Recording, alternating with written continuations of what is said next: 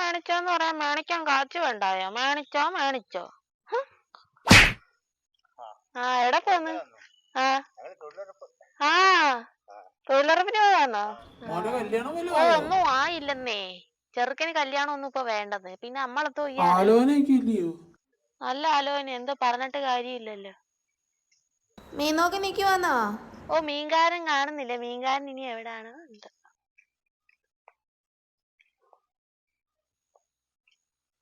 ഓ സമയം കഴിഞ്ഞിട്ട് മീൻകാരനെ കാണുന്നില്ല. എവിടെ പോയി ചത്തതെന്തോ അവൻ.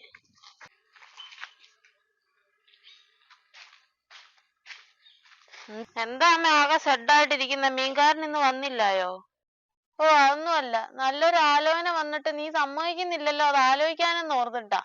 അമ്മയുടെ തലയിൽ നല്ല ആലോചന വരുന്നെങ്കിൽ അമ്മ വെറുതെ ഇരിക്കുമല്ലോ, ഇരുന്ന് ആലോചിക്കാം. അതിന് എന്റെ സമ്മതം എന്തിനാ? ആടക്കാരിയാ ഞാൻ പറയുന്നത്. നിനക്ക് 10-30 വയസ്സായില്ലേ?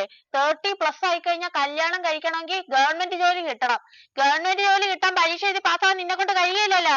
അപ്പൊ പിന്നെ കല്യാണം ഇപ്പൊ തോന്നണം. കല്യാണം കഴിച്ചാൽ പറ്റും, അത് നിർബന്ധമാ. ഓ അമ്മയ്ക്ക് ഞാനിങ്ങനെ ആർമാദിച്ച് നടക്കുന്നിട്ട് സഹിക്കുന്നില്ലല്ലേ അമ്മ. എനിക്കാണെങ്കിലേ ഭാവിയിൽ വലിയൊരു ട്രാവലർ ആവണമെന്ന് ആഗ്രഹം. അതിന് ഈ കുടുംബവും പ്രാരാബ്ദവും ഒക്കെ കയറി നടക്കുന്നവർക്ക് നടക്കുന്ന കാര്യമല്ല.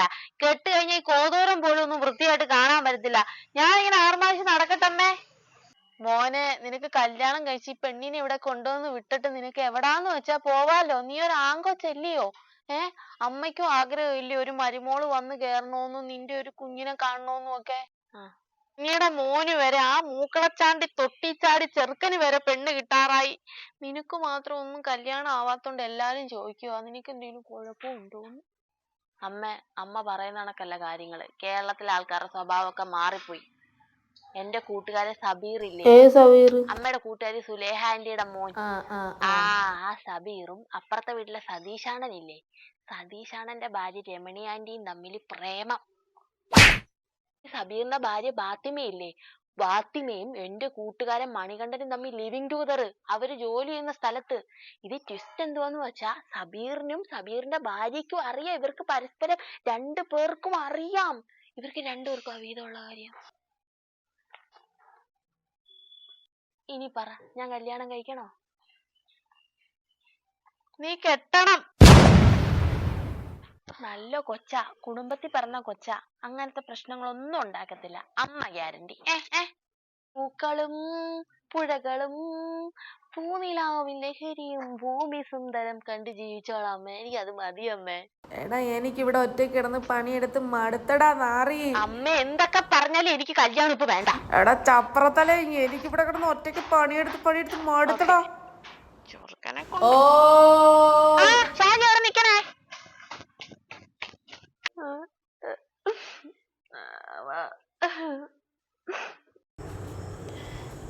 അമ്മ നീ എന്റെ അടുത്ത് ഒന്നും സംസാരിക്കണ്ട. നിന്റെ പുറകെ എത്ര കാലം കൊണ്ട് നടക്കുന്നേ.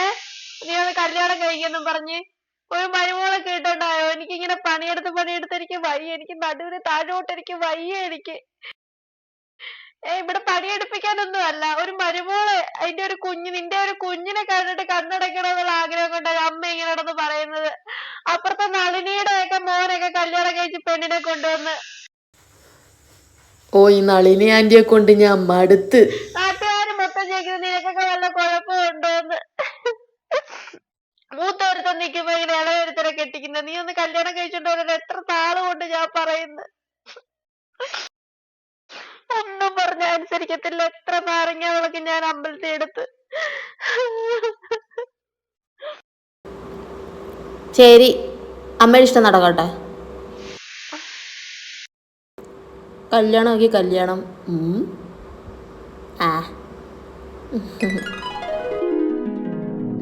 അമ്മായിയമ്മ മരുമകൾ പ്രശ്നം.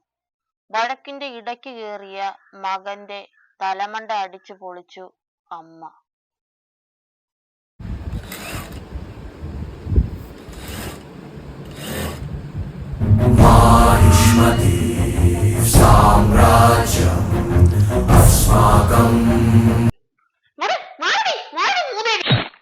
അങ്ങോട്ട് പോകണോ തൊള്ളേ? നിങ്ങൾ നിങ്ങളെങ്ങനെ വിട്ട് ഞാൻ കൊല്ലും ഞാൻ നിങ്ങളെ. നിങ്ങളെങ്ങനെ വിട്ട് ഞാൻ കൊല്ലും ഞാൻ നിങ്ങളെ. അയ്യോ അയ്യോ, നിങ്ങൾക്ക് രണ്ടിനും എന്തോതിന്റെ സോക്കേടാ? രാവിലെ ആകുമ്പോ തുടങ്ങുക രണ്ടെണ്ണോട് വാളും പരിചയം എടുത്തോണ്ട്. നിങ്ങൾ എന്താ പറയുന്നേ? ഈ തല രാവിലെ തൊട്ട് വൈകിട്ട് വരെ എന്റെ കൂടെ യുദ്ധവാ. എടാ, ഈ ഒരുമ്പട്ടോട് കൂടെ വന്ന് കയറിയ ശേഷം ഈ വീട് ഗതി പിടിച്ചിട്ടുണ്ടോടാ? കെട്ടാതിരുന്ന ചെറുക്കനെ കൊണ്ടേ കെട്ടിച്ചത് ഈ വഴക്കിന് വരുന്നുണ്ട്. എടാ, എനിക്ക് ഇന്ന് അറിയണം, 10 മാസം ചുമന്നു പറ്റ ഞാനാണോ നിനക്ക് വലുത്, അതോ ഈ ഒരുമ്പട്ടോളാണോന്ന്? അമ്മയുടെ ഞാൻ കെട്ടുന്നില്ലെന്ന് പറഞ്ഞോട് അടങ്ങി നിന്നെയല്ലേ ആ എന്നെ പിടിച്ചവിടെ കെട്ടിച്ചിട്ട്. അയ്യോ, കെട്ടിയപ്പോ നല്ലേനെ കെട്ടണമായിരുന്നു. ഈ ഏപ്പരാഴ്ച എന്തിനാടാ നീ കെട്ടിയത്? അമ്മ തന്നെയല്ലേ ഇവളെ കെട്ടാൻ പറഞ്ഞത്. അമ്മയുടെ നിർബന്ധപ്രകാരം ഇവളെ ഞാൻ ഒറ്റ ഒരുത്തി കാരണം എന്റെ ചെറുക്കൻ ഇനി ഒരു മൂദേവിയെ വീട്ടിൽ വിളിച്ചോണ്ട് കയറ്റിയത്. ഓഹോ, അപ്പൊ നിങ്ങക്ക് ഞാനൊരു ബാധ്യതയായിരുന്നല്ലേ? മതി എന്റെ സുലു. അയ്യോ ചുല്ലു, ഏത് ചുല്ലു? കൊല്ലു കൊണ്ട് കൊള്ള ഈ നാറി എവിടാന്ന് വെച്ചാ. നിങ്ങളെപ്പോലൊരു അമ്മച്ചി കോന്തനെയാണല്ലോ ദൈവം എനിക്ക് കിട്ടിയത്.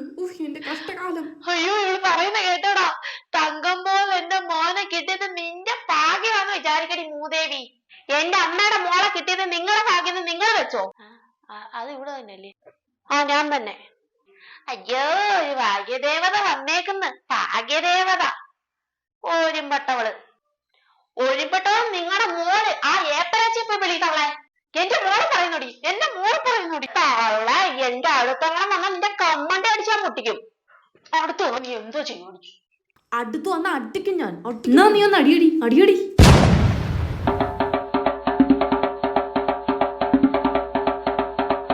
ഓ, നാക്കങ്ങ് ചൊറിഞ്ഞു വരുന്നു. മരുമോളുണ്ടായിരുന്നേ തന്തയ്ക്ക് വിളിക്കായിരുന്നു അവിടെ.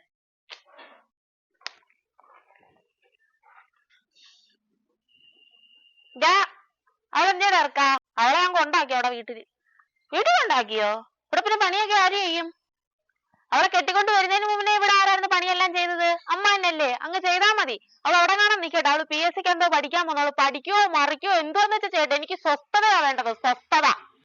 PSC പഠിക്കാൻ പോന്നോ? അവളോട് ഒന്ന് ഉള്ളി വിളിക്കാൻ പറ. നീ ബീഫ് കൊണ്ട് വെച്ചില്ലയോ? പോയല്ലോ എണീറ്റ് അല്ലേ? എവിടെ പോന്നു മോളെ? PSC പഠിക്കാൻ പോവാ.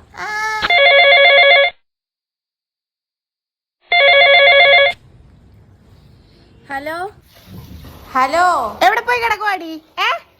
മര്യാദക്ക് വന്നതേണ്ട. ഉള്ളി പൊളിക്കാനുണ്ട്. ബീഫ് കറി വെക്കുന്ന, ബീഫ് കറി. ഉള്ളി പൊളിക്കണം, വേഗം വാ. ഞാൻ ക്ലാസ്സിന് പോയതാ. ഞാൻ ഇവിടെ ഒറ്റയ്ക്ക് പണിയെടുക്കണം. PSC ക്ലാസ്സിന് പോവാന്ന്. ആഹാ, നിങ്ങൾ ഉള്ളി പൊളിക്കണം. നിങ്ങൾ അങ്ങോട്ട് പൊളിക്കുന്നത് ഭർത്താവ് കൊണ്ട് വെച്ചേക്കുന്ന ഉള്ളിയാ. മര്യാദക്ക് ഒന്ന് പൊളിച്ചോ. അവിടെ PSC പാച്ചാൻ നടക്കുന്നു. വാടി അങ്ങോട്ട്. കഷ്ടമാണ്. നിങ്ങൾക്കാണോ? ഇങ്ങോട്ട് വാടി. ഞാൻ ഉണ്ടാക്കത്തില്ല, ഞാൻ എടുത്ത് കളയും. കൊച്ചടക്കണം ഉറങ്ങാൻ ഞാൻ ഓണത്തിന്. ഞാൻ മര്യാദക്ക് വേഗം കൊണ്ട്